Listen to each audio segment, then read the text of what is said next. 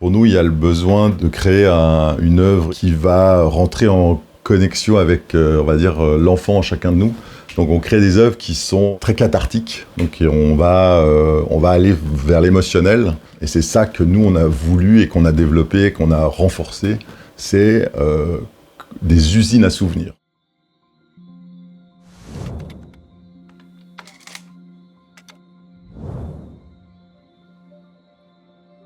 Je suis arrivé avec une maquette du terrain et des éléments en bois de balsa qu'on plantait avec des aiguilles et ils se sont amusés à jouer au Lego.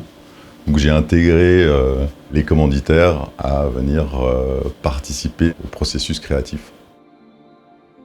Je voulais faire une espèce de ruine de charpente médiévale. Donc j'ai cette passion pour les structures de charpente monstrueuses qui n'existent plus. C'est des charpentes qu'on trouve justement dans les églises ou dans des bâtiments historiques. De cette passion est né ce protocole ou ce projet de travailler qu'avec des bois de section monstrueuses qui sont de 40 sur 40.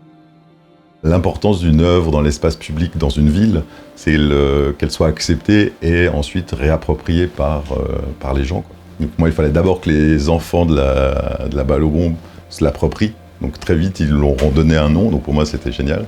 Ce parc en plein centre, derrière la Combe, au pied de la vieille ville, c'était magique, quoi. Moi, c'est là aussi où l'idée de faire du bois massif m'a excité, c'est-à-dire que je me retrouvais en ville avec une pièce en bois brut.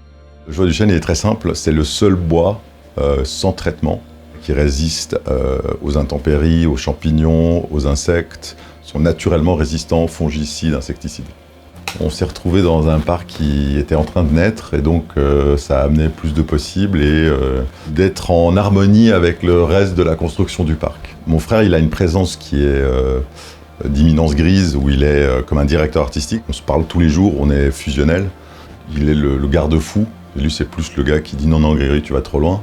Mais ça fait depuis 2011 que lui a quitté la partie active des frères Chapuzat pour fonder une famille et puis se concentrer sur sa vie de papa poule.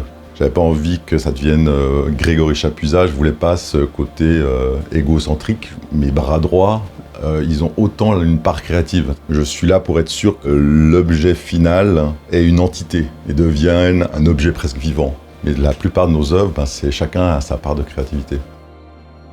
Je rêve de découvrir mes propres œuvres. Quand je vois des enfants ou des visiteurs qui rentrent dans nos installations et qui sont dans des états d'extase, je dis merde, pourquoi moi je peux pas vivre ça, quoi.